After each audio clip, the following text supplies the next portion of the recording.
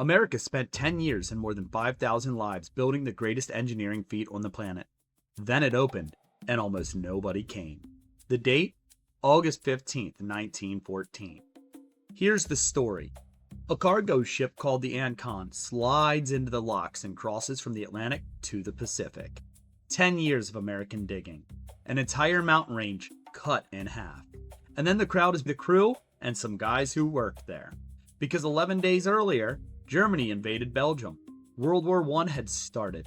There was a massive international celebration planned. Warships from every nation, years in the making, canceled. The biggest thing America had ever built, and it got buried on page 6. But America wasn't first. In the 1880s, the French tried, led by Ferdinand de Lesseps, the man who built the Suez Canal. He was 74 and he was famous. He was also certain that he could do this. He was planning a sea-level canal through a mountain range and a jungle, and nobody yet knew that the mosquitoes carried yellow fever and malaria. Estimates run somewhere between 20 and 25,000 dead. The company went bankrupt in 1889 and took the savings of hundreds of thousands of French investors with it. The Americans showed up 15 years later and dug through the graveyard the French had left behind. And that 5,000? The official American number is 5,609. Most historians think the real toll is higher, because nobody was careful counting West Indian laborers. Of the recorded dead, 4,290 were Caribbean, 3 out of every 4.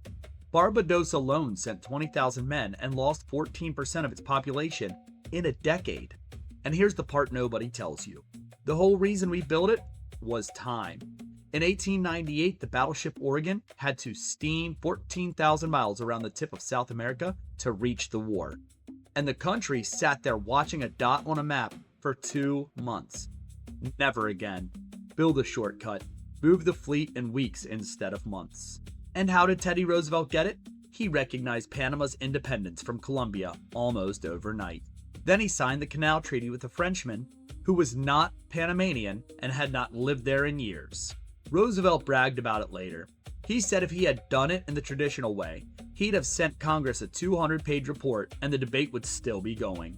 Instead, he took the canal zone and let Congress debate, and while the debate went on, so did the canal. That's not a joke about paperwork. That's a president telling you the fastest branch wins. I hope you brought snacks. Get ready to ride this timeline. Subscribe, share,